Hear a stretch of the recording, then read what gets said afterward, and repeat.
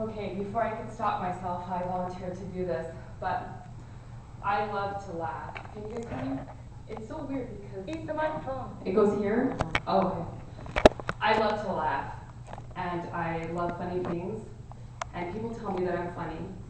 So, Funny look. okay, yeah, funny. And Joanne, I'm not going to belly dance. You guys are all saying no belly dancing tonight by me. And Tom said I should start out with something strong, and I did get permission to use all of these stories, and they're all true. Years ago, when I had 3 small children and Tom would be sick, he would lay on the couch. Now let me give you a visual of my whole house was this corner. Okay, so my couch is 9 feet long, and Tom is laying on the couch, taking his temperature every 10 minutes or fewer, and telling me and reporting on his temperature. So imagine changing diapers, fixing meals, keeping the kids quiet because Dad is sick, and having to hear his temperature.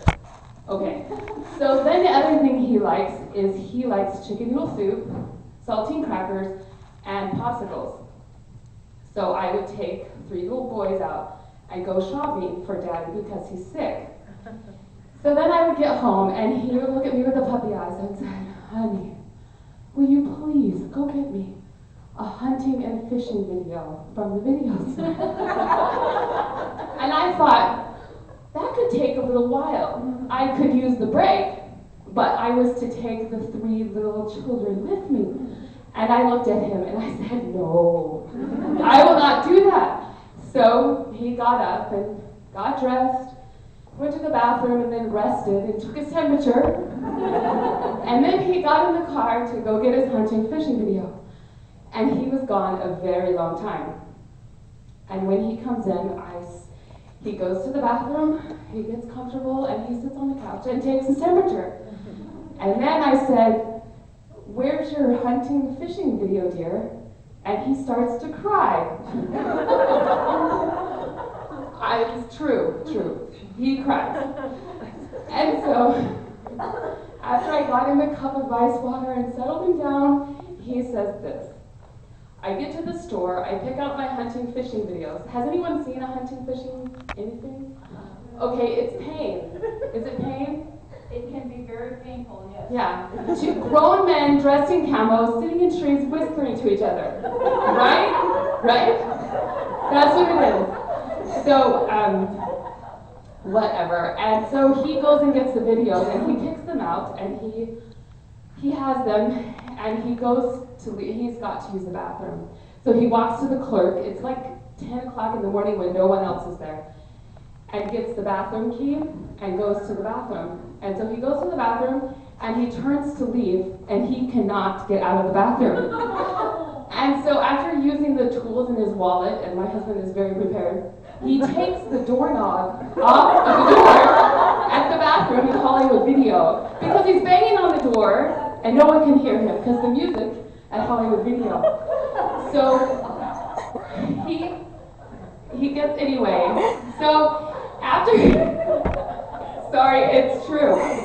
After he calms down, and of course he's broken out into a sweat and a chill in the bathroom, and he leaves, and he takes the doorknob and says to the clerk, "Your doorknob is broken," and drops it in her hand and walks out the door without his hunting fishing videos. I did not go get the hunting fishing videos. But that's the funny story about Tom. I had an interesting childhood growing up. I grew up 17 miles out of Snowflake, Arizona, on a ranch.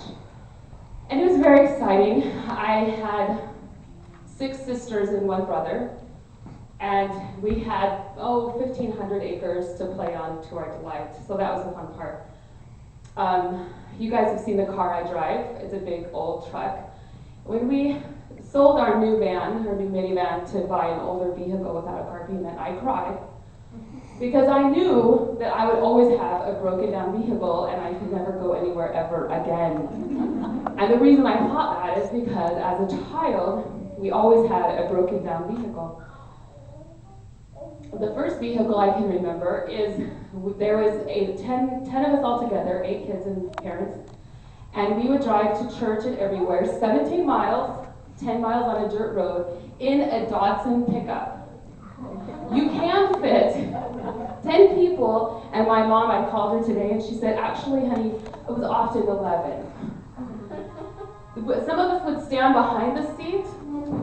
I was actually one of the favorites to sit on a lap because I was more cushioned. My sit-on bones were more cushioned than my sister. No one would hold her. But I was actually really mean and awful, and so I had to ride on my dad's lap on the other side away from everybody else because I was awful. Ivory soap will stop a gas leak in the car. My mother would go visiting teaching with 4 or 5 kids, and she would often have to take a 13-inch screwdriver and touch the coil to the starter to start the car, and she would go visiting teaching doing that. She was an amazing woman. Oftentimes, she would travel everywhere she went with a battery charger, and she would connect it with an extension cord to any building she was by, the doctor's office, anything like that. She told me today, one time I was driving along, and I looked down and I think that there's a snake around the tire. And I won't stop because rattlesnakes were everywhere. And so she didn't stop. And I said, oh, was that the extension cord attached to the doctor's office? And she said, no, the tire was actually coming apart. And it was her tire.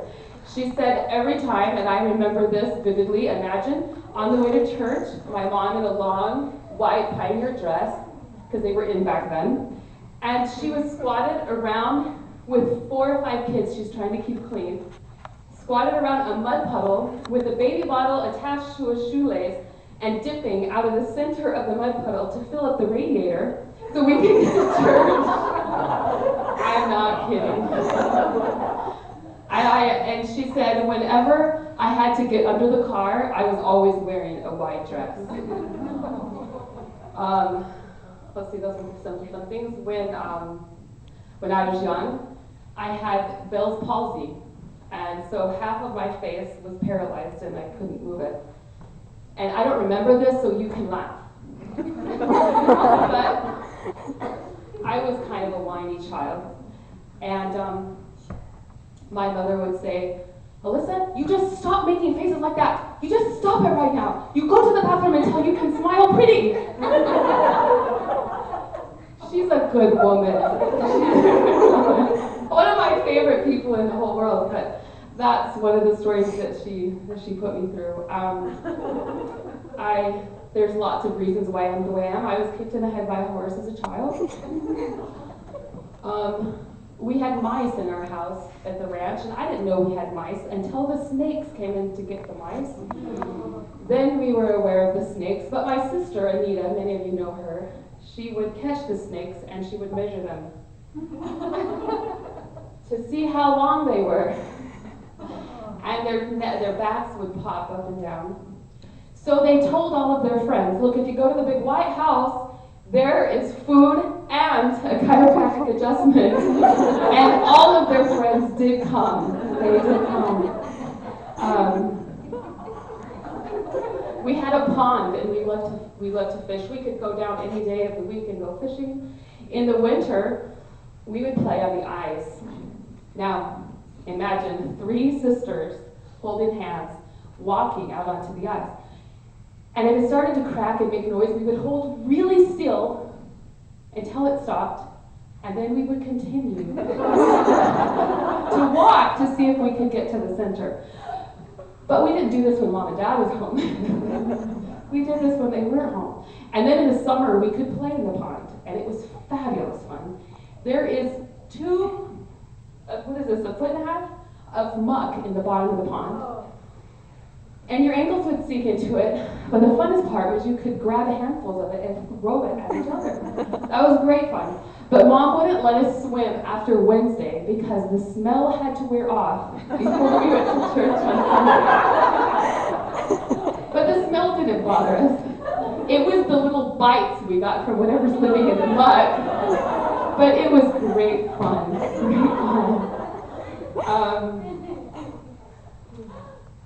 I love my childhood. We did see a UFO. That's a fun story. You can ask me later. But we've all stopped wearing our tinfoil hats. We're feeling better about things, and we don't wear tinfoil hats anymore. Gosh, it sounded like there was a lot more fun. But I love my family. I had two grandfathers. They couldn't have been more different. One grandfather, his car was perfect, and you didn't touch his car. You didn't stand next to his car, especially if you were a kid. And you didn't breathe on the car. My other grandfather, he herded cattle with his car. He would take they were not roads. He would go wherever he wanted in his truck, and he would herd cattle with his truck. And there was huge, it was scratched up. My grandfather could kill and skin a jackrabbit like that, and take it home and feed it to, grandma would cook it up. And he was a hunting guide, and he would take rich hunters from Phoenix area out elk hunting. And as he went and found this night, they were on horseback, and they found this great herd, and he said, okay, there's the elk, right there. And so they would shoot and miss.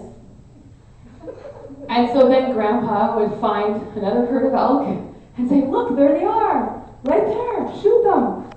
And they would shoot and miss. So after a morning of this, they decided, we're pretty tired, we're going to go back to lunch. And he came across this great bull elk. And he roped the elk and tied it to the tree and hurried ahead to find the hunters to come back and shoot the elk at the end of the road. True story. True story. I'm not sure exactly how you can tell that story to your friends. How you went elk hunting and got this great elk. Last story, I'll finish with this one. Tom and I's first kiss. I dated all of 5 people in my whole life before Tom. I was 19 when we got married, and he had just turned 26. I had turned 20 like 2 weeks later, but I like to say 19. And I was very young, and Tom, one night I'm going to leave his apartment, and I'm driving a Datsun B210 with primer gray, fabulous car. It cost $9 to go to California. It was so great. So he leans up against the car, and he just smiles really big. And I realize I'm not leaving until we have a kiss. I'd never kissed anyone before, and he's just smiling at me.